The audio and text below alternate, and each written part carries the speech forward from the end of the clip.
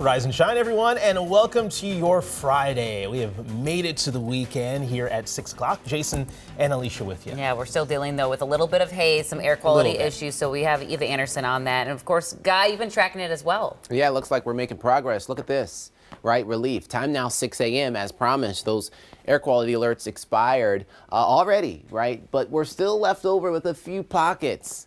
We'll wait for these. We'll wait to get an update on to see, because this is ongoing. This is happening now. What we're going to do if we're going to keep these air quality alerts here happening. But we're noticing improvement out there too, and I can already look outside and kind of tell. Now, Wisconsin, you're still under that air quality alert, and I was running some forecast animations with the wild smoke. Looks like there's still a thick plume of smoke over that area. You can still see this morning mostly cloudy to partly cloudy skies with a little haze. 45, noticeably cooler on the skin. At 39 is the feel like, so dress for that. Temperatures only at around 50 to 51 degrees by late morning, so a slow warm up on the way today with below average temperatures by this afternoon. Hey, we're on track for a beautiful weekend. Hopefully you get out and enjoy it. Temperatures in the 70s, lots of sun.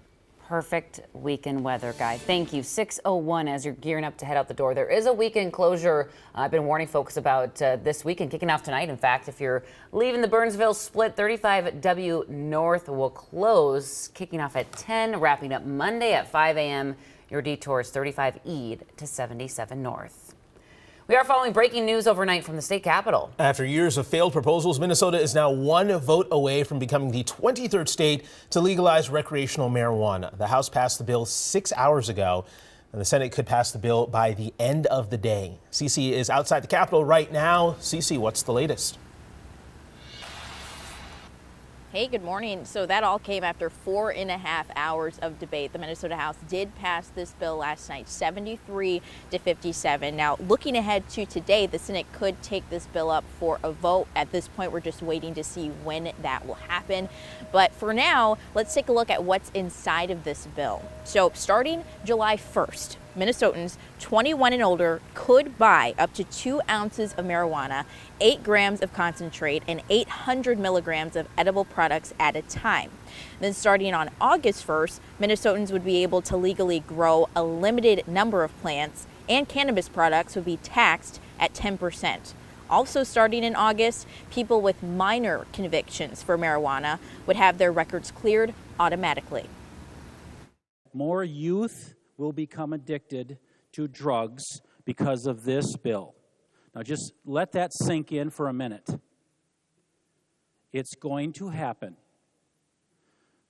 They won't likely die from cannabis, but they will become addicted through cannabis. We have done our very best to make this an even-handed bill. And the reason I believe that is because I don't necessarily agree with everything that's in there. I think that there are parts of it that are too conservative, and that is what gives me comfort that we're actually moving in the right direction and taking the correct path, a middle ground.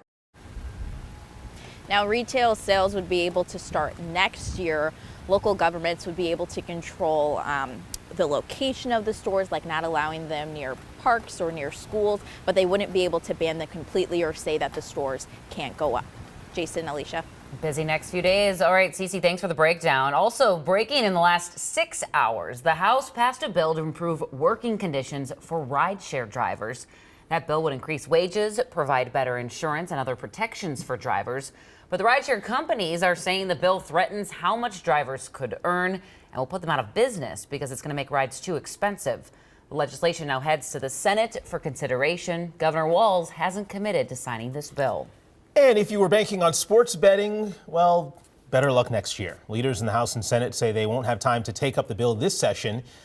Here's the official countdown until the legislative session ends. Lawmakers have 3 days, 17 hours, 55 minutes to finish their to-do list. So for updates from this last week of the legislative session, make sure you stay with KARE 11. We're going to bring you the latest on air and online at KARE11.com, as well as on our social media platforms. All right, another news this morning. St. Paul police say they have a man in custody right now accused of setting fire to a St. Paul mosque. This morning, Lauren Lemanchek uncovers the suspect's history that includes a previous arson arrest. We aren't naming the 42-year-old suspect because he hasn't been charged yet, but we've learned he was convicted in another arson in 2020. This most recent fire happened Wednesday at the Oromo American Islamic Center on Dale Street in St. Paul. It caused extensive damage, and it was especially disturbing to local Muslim leaders and to St. Paul's mayor because while it's not connected, it is the latest in a string of fires at Twin Cities mosques. This morning, police said they have arrested a suspect. Court records show the man was previously convicted of arson for setting fire to his room at the Dorothy Day Center in St. Paul.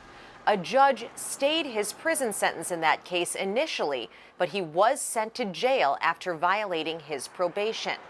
And records show he was just released from jail about 3 weeks ago. This morning, we're learning a key witness in George Floyd's murder is suing the city of Minneapolis. Donald Williams claimed he suffered emotional distress and was threatened by former police officers Derek Chauvin and Tu Thao. Williams is seeking $150,000 in damages.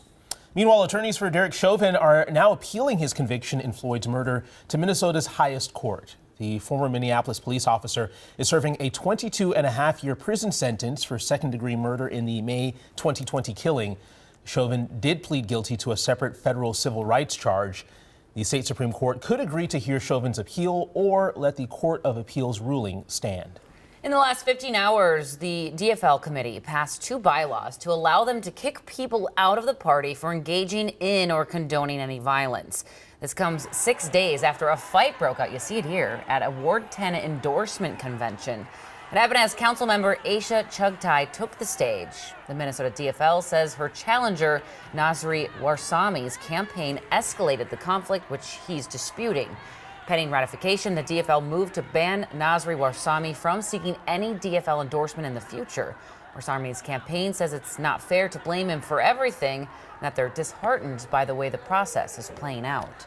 6:07 on the clock, and in the last 12 hours, the executive director of the Minnesota Board of Nursing resigned. Kimberly Miller submitted her resignation just as the board was calling an emergency meeting to consider firing her. She had come under fire after a KARE 11 investigation revealed the nursing board was dragging its feet, investigating complaints against nurses accused of serious misconduct, potentially putting patients at risk.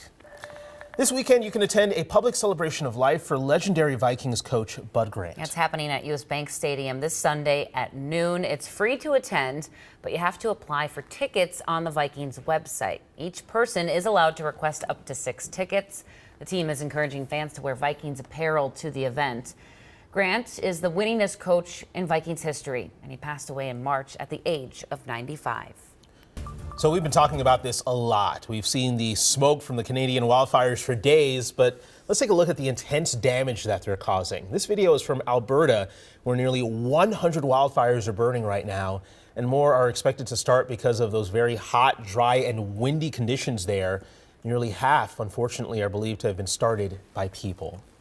And just minutes ago, you may have heard it off the top of the show in Guy's forecast, an air quality alert for the entire state ended. According to the Minnesota Pollution Control Agency, it shows most of the state was in the red, a level that's unhealthy for everyone, but they say it's quickly clearing up this morning. For now, that is true, of course. And right now, a live look, still though hazy sky from Bede-McCosk camera, and you can see downtown Minneapolis as well. So, Guy, you did see a few pockets left, though, in parts of the state. Is that right? Yeah, a few more pockets. I think, each region, they're going to start updating, a little bit faster than others. So we'll see that map eventually just kind of clear out. But even from that sky camera that we just showed, you saw we're making a little progress. Yes, still hazy, but we could still see a little bit of the sun rays, just a little bit, right? The past few mornings, it was just a little ball. A little orange ball, a little orange dot. That's how thick the smoke was. So very filtered sun. Today, still a little bit of the same thing, but you'll notice the cooler air today. You'll also notice breezy conditions. That's not going to help with allergies if you suffer from tree pollen as well. So have the allergy medication ready. Pack the tissues. I have mine, as that will be an issue with winds out of the northwest at 13 miles per hour. All right, the commute looks a little chilly. Maybe a little too chilly to crack the windows, but hey, you can dress for the weather, right? So dress for however you think. 50s and 40s with wind chill values in the upper 30s and low 40s this morning. That's what it feels like on the skin. You'll see feeling like 39 right now with temperatures in the mid 40s. You'll have that northwest wind active throughout the daytime. Now, not gusty, but noticeable, right? 55 by 2 p.m. Temperatures climb to right about 60 degrees. You'll notice a period of clouds today, overcast skies right around noon, but that won't last long. By the time we get into about 8 o'clock, just before sunset, still great for happy hour plans if you're going to be out late, enjoying your Friday night. Hey, temperatures will be in the 50s with clear skies. Tomorrow morning, we're waking up to more sunshine, temperatures in the 40s, so still a little chilly, but at least we bounce back by tomorrow afternoon with temperatures in the 70s. Gorgeous days back to back, right? 76 on Sunday. Perfect weather this weekend. Let's jump into early next week, right? Maybe we'll have a happy Monday, everybody, right? Temperatures in the 70s and sunshine continues, 80s next week. We'll have some storm chances to look at on Wednesday at 84 and then 82 on Thursday.